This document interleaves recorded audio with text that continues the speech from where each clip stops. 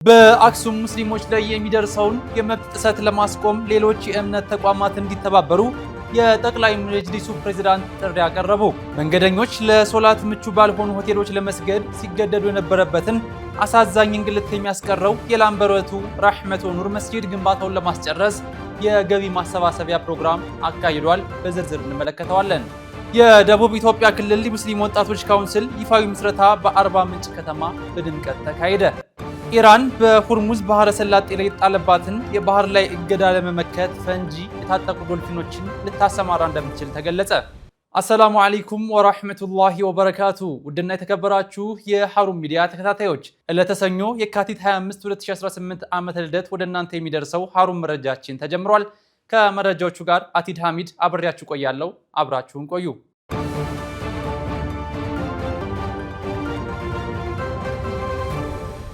በአክሱም ሙስሊሞች ላይ የሚደርሰውን የመብት ጥሰት ለመፍታት ሌሎች የእምነት ተቋማት እንዲተባበሩ የጠቅላይ መጅሊሱ ፕሬዝዳንት ጥሪ አቀረቡ።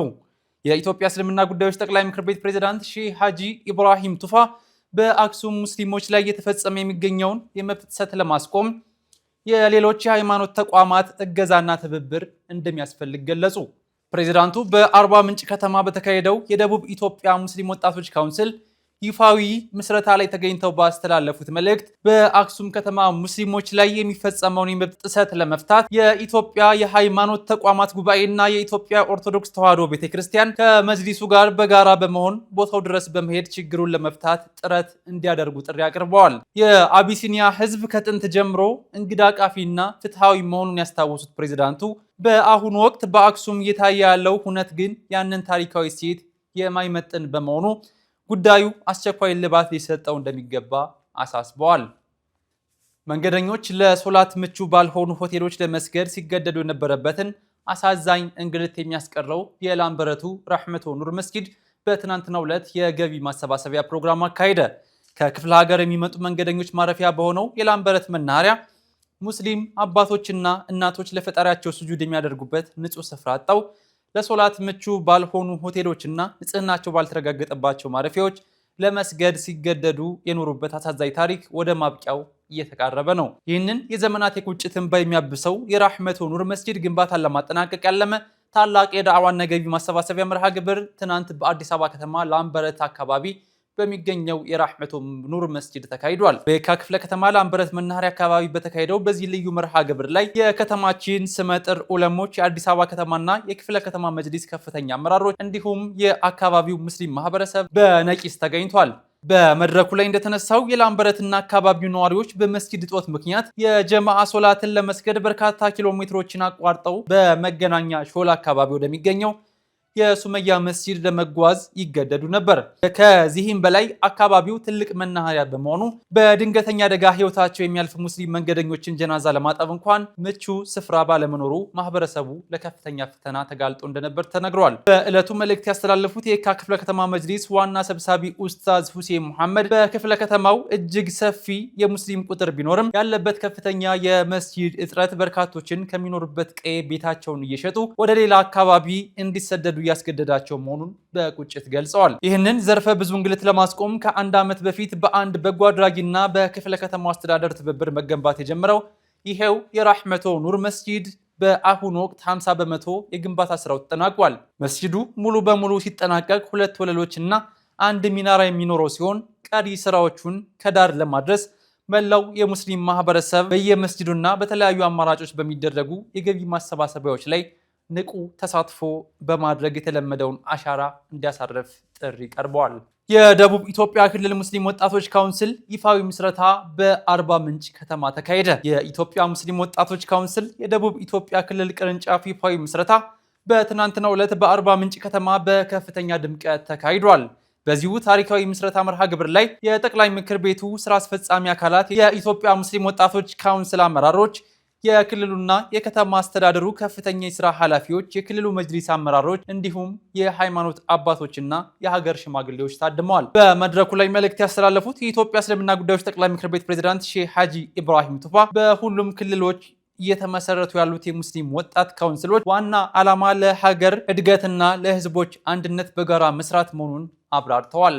አክለውም የደቡብ ኢትዮጵያ ክልል የነባር አብሮነትና የአንድነት ተምሳሌት መሆኑን በማውሳት ወጣቶች የአካባቢያቸውን ብሎም የሀገራቸውን ሰላም በማስጠበቅ ረገድ የአንበሳውን ድርሻ ሊወጡ እንደሚገባም አሳስበዋል። የርዕሰ መስተዳድሩ ተወካይና የክልሉ ከተማና መሰረተ ልማት ቢሮ ኃላፊ አቶ ብርሃኑ ዘውዴ በበኩላቸው ባደረጉት ንግግር ክልሉ የሰላምና የመቻቻል መገለጫ መሆኑን አንስተዋል። መንግስት ክልሉን የልማት ተምሳሌት ለማድረግ በስፋት እየሰራ መሆኑን የጠቆሙት ኃላፊው ወጣቶች ለሀገራቸው በጎ አስተዋጽኦ በማበረከት ግንባር ቀደም ተሳታፊ እንዲሆኑም ጥሪ አቅርበዋል። ወጣቶችም ለሀገራቸው በጎ አስተዋጽኦ በማበረከት ግንባር ቀደም ተሳታፊ እንዲሆኑ ጥሪ አቅርበዋል። የአርባ ምንጭ ከተማ ከንቲባ ዶክተር መስፍን መንዛም እስልምና በሀገረ መንግስትና በትውልድ ስብዕና ግንባታ ላይ የማይተካ ጉልህ አስተዋጽኦ እንዳለው መስክረዋል። በተመሳሳይ የደቡብ ኢትዮጵያ ክልል እስልምና ጉዳዮች ከፍተኛ ምክር ቤት ፕሬዝዳንት ሐጂ ያሲን ከድር የካውንስሉ መመስረት ለአካባቢው ሙስሊም ወጣቶች መነቃቃት ብቻ ሳይሆን ለጠቅላላው የክልሉ ሁለንተናዊ ለውጥ ከፍተኛ ድርሻ እንደሚኖረው ገልጸዋል። በመድረኩ ላይ የተገኙት የኢትዮጵያ ሙስሊም ወጣቶች ካውንስል ፕሬዝዳንት ኡስታዝ ኸይደር ከድር ወጣቶች አንድነታቸውን ጠብቀው ሀገራቸውን በማገልገል ንቁ ተሳታፊ እንዲሆኑ እንዲሁም የሙስሊሙ ማህበረሰብ ችግሮች በመቅረፍ ረገድ የመሪነት አቋማቸውን እንዲያጎለብቱ አደራ ብለዋል። የወጣት ካውንስሉ ዋና ጸሐፊ ኡስታዝ ከማል አረብ በበኩላቸው የካውንስሉን ቀጣይ ክንውኖች በዝርዝር ያብራሩ ሲሆን አዲሶቹ የደቡብ ክልል ሙስሊም ወጣቶች ካውንስል አመራሮች ይህንን መልካም ጅምር አጠናክረው በማስቀጠል ረገድ የተጣለባቸውን ታሪካዊ ኃላፊነት አስታውሰዋል። በምስረታ መድረኩ ማጠቃለያ ላይ በቀጣይ የደቡብ ክልል ሙስሊም ወጣቶች ካውንስልን በቦርድ አባልነት ለሚመሩ ወጣት አመራሮች ይፋዊ ሹመትና ኃላፊነት በመስጠት መርሃ ግብሩ በስኬት ተጠናቋል። በአርባ ምንጭ ከተማ ጃሚ የተሰኘ መስጂድና ኢስላማዊ ኮሌጅን ያካተተ ሁለገብ የገበያ ማዕከል ለመገንባት የመሰረት ድንጋይ ተቀመጠ። የአርባ ምንጭ ከተማ እስልምና ጉዳዮች ምክር ቤት የሚያስገነባው የጃሚ ሁለገብ የገበያ ማዕከል ህንፃ ግንባታ የመሰረት ድንጋይ በትናንትናው ዕለት በደመቀ ሁኔታ ተቀምጧል። የግንባታ መሰረት ድንጋዩን ያስቀመጡት የኢትዮጵያ እስልምና ጉዳዮች ጠቅላይ ምክር ቤት ፕሬዝዳንት ሼህ ሐጂ ኢብራሂም ቱፋ፣ የደቡብ ኢትዮጵያ ክልል እስልምና ጉዳዮች ከፍተኛ ምክር ቤት ፕሬዝዳንት ሐጂ ያሲን ከድር፣ የጋሞ ዞን ዋና አስተዳዳሪ ዶክተር ደምስ አድማሱና የአርባ ምንጭ ከተማ ከንቲባ ዶክተር መስፍን መንዛ ናቸው። በመርሃ ግብሩ ላይ የኢትዮጵያ ሙስሊም ወጣቶች ካውንስል ከፍተኛ አመራሮችና ሌሎች ባለድርሻ አካላትም ተገኝተዋል። በዕለቱ ንግግር ያደረጉት ሼህ ሐጂ ኢብራሂም ቱፋ የመሰረት ድንጋይ ከማስቀመጥ ባለፈ ግንባታው በአጭር ጊዜ ወደ ተግባር ተቀይሮ ለማጠናቀቅ የሁላችሁም ርብርብና ትብብር ያስፈልጋል ብለዋል። የአርባ ምንጭ ከተማ ከንቲባ ዶክተር መስፍን መንዛ በበኩላቸው ጃሚ የገበያ ማዕከል አርባ ምንጭ ከተማ ከጀመረቻቸው የልማት ስራዎች አንዱና የከተማዋን ልማት ወደፊት ከሚያራምዱ ፕሮጀክቶች መካከል መሆኑን ጠቅሰው ግንባታው በቅርቡ ተጠናቆ ወደ ስራ ይገባል ብለዋል። ይህ ግዙፍ የጃሚ ሁለገብ የገበያ ማዕከል በውስጡ ከያዛቸው በርካታ የንግድ ማዕከላት በተጨማሪ ዘመናዊ መስጂድና ኢስላማዊ ኮሌጅን ያካተተ መሆኑ ተገልጿል። ይህም ለከተማዋ ሙስሊም ማህበረሰብ ሁለንተናዊ እድገት ትልቅ አቅም እንደሚፈጥርም ይጠበቃል። በሸጎሌ የሚገኘው ሰለፈ ሷሊህ መስጂድ ዘመናዊ የእግር ኳስ ሜዳና ጥልቅ የውሃ ጉድጓድ አስመረቀ። በአዲስ አበባ ከተማ ሸጎሌ አካባቢ የሚገኘው ሰለፈ ሷሊህ መስጂድ ለአካባቢው ማህበረሰብና ለመስጂዱ ሁለንተናዊ ጠቀሜታ ያላቸውን አንድ ደረጃውን የጠበቀ የእግር ኳስ ሜዳና 230 ሜትር ጥልቀት ያለው የውሃ ጉድጓድ በትናንትናው ዕለት በደማቅ ሁኔታ አስመርቋል። ከ8 ሚሊዮን ብር በላይ ወጪ የተደረገበት የእግር ኳስ ሜዳ በመስጂዱ ጀማዎች የገንዘብ መወጮ የተገነባ ነው። ይህ ዘመናዊ የስፖርት ማዘውተሪያ ለአካባቢው ወጣቶች ጤናማ ሙያ ከመሆኑ ባሻገር በፕሮግራም በማከራየት ለመስጂዱ ቋሚ የገቢ ምንጭ ሆኖ እንደሚያገለግል በምረቃው ላይ ተገልጿል። በሌላ በኩል ዛሬ የተመረቀውና ከ11 ሚሊዮን ብር በላይ የፈጀው ጥልቅ የውሃ ጉድጓድ በሰከንድ 3.8 ሊትር ውሃ የማመንጨት አቅም አለው። ፕሮጀክቱ መስጂዱ በየወሩ ለውሃ ፍጆታ ያወጣ የነበረውን ከ120 ሺህ ብር በላይ ወጪ በዘላቂነት ከማስቀረቱም በተጨማሪ ለአካባቢው ማህበረሰብ ነፃ የውሃ አቅርቦት አገልግሎት እንደሚሰጥ ተነግሯል። ይህንኑ የውሃ ጉድጓድ የቆፈረው ኃይር ፈላጊ የበጎ አድራጎት ድርጅት ሲሆን ለግንባታው ከወጣው ወጪ ውስጥ 650 ሺህ ብሩን በደቡብ አፍሪካ የሚኖር አንድ ወንድማችን በእናቱ ስም የለገሰ ሲሆን ቀሪውን ሙሉ ወጪ ደግሞ አንድ ስማቸው እንዳይጠቀስ የፈለጉ ባለሀብት ሸፍነውታል ተብሏል። ኃይር ፈላጊ ድርጅትም በበኩሉ ከገበያው ዋጋ አንጻር ከፍተኛ ቅናሽ በማድረግ በፕሮጀክቱ የራሱን አስተዋጽኦ ማድረጉን ገልጿል። ኃይር ፈላጊ ከዚህ ቀደም በሌመን ከተማ ካስቆፈረው የውሃ ጉድጓድ ቀጥሎ የሰለፈ ሷሊህ መስጂድ ጉድጓድ ሁለተኛው ስኬታማ የቁፋሮ ስራው መሆኑም ተገልጿል። ድርጅቱ በቀጣይ ሳምንትም በጉራጌ ዞን ወረዳ በአውቃርና ባርካሬ ቀበሌዎች 2 ተጨማሪ ውሃ ጉድጓዶች አስመርቆ ለማህበረሰቡ እንደሚያስረክብ አስታውቋል። ለእነዚህ ቀጣይ ፕሮጀክቶች መሳካት ተቅዋ ሀበሻ፣ ዳሩስ ሰላም ሮም ጀማዓ፣ ዳሽን ባንክና ነጃሺ ጉራጌ ማህበር የወጪ ሽፋኑን መደገፋቸው ተመላክቷል። ውድና የተከበራችሁ የሀሩን ሚዲያ ተከታታዮች አሁን ደግሞ ከውጭ ምንጮች ያገኘናቸው መረጃዎች ወደ እናንተ እናደርሳለን። ኢራን በሆርሙዝ ባህረ ሰላጤ ላይ የተጣለባትን የባህር ላይ እገዳ ለመመከት ፈንጂ የታጠቁ ዶልፊኖችን ልታሰማራ እንደምትችል ተገለጸ። የአሜሪካ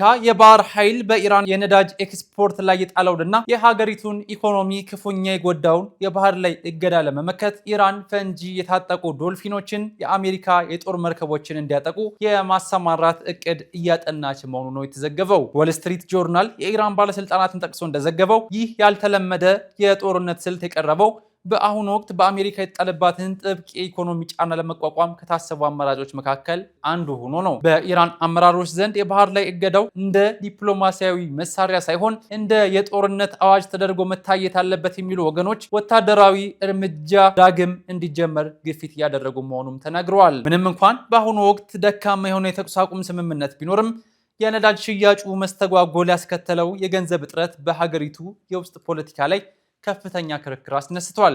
ኢራን ከባህር ውስጥ አጥቢ እንስሳት ጋር የተያያዘ ወታደራዊ ልምድ ሲኖራት እንደ ኢሮፓውያን አቆጣጠር በ2000 ከቀድሞ ሶቪየት ህብረት ፕሮግራም ውስጥ ዶልፊኖች ከአሰልጣኞቻቸው ጋር መግዛቷ ይታወሳል። እነዚህ እንስሳት የጠላት መርከቦችን በፈንጅ እንዲያጠቁና በጦርነት ላይ እንዲሳተፉ ሰፊ ስልጠና ሲሰጣቸው ቆይቷል። የአሜሪካ ባለስልጣናትና ወታደራዊ ተንታኞች የኢራንን ስልት ውጤታማነት ቢጠራጠሩም የአሜሪካ ባህር ኃይልም የራሱ የሆኑና ፈንጂዎችን ለመለየት የሰለጠኑ ዶልፊኖች እንዳሉት ይታወቃል። በዓለም የነዳጅና የተፈጥሮ ጋዝ ንግድ 1/5 የሚሸፈንበት የሆርሙዝ ባህረ ሰላጤ አሁንም በከፍተኛ ወታደራዊ ውጥረት ውስጥ እንደሚገኝ ተገልጿል። ውድና የተከበራችሁ የሀሩን ሚዲያ ተከታታዮች ዕለተ ሰኞ ሚያዝያ 25 2018 ዓመተ ልደት ወደ እናንተ የደረሰው ሀሩን መረጃችን የተከታተላችሁትን ይመስል ነበር። ከመረጃዎቹ ጋር እኔ አቲድ ሐሚድ ከካሜራ ባለሙያው አብዱል መሊክ ጣህር ጋር ነበርን። በሌላ የመረጃ ሰዓት እስከምንገናኝ ወሰላሙ አለይኩም ወራህመቱላሂ ወበረካቱ።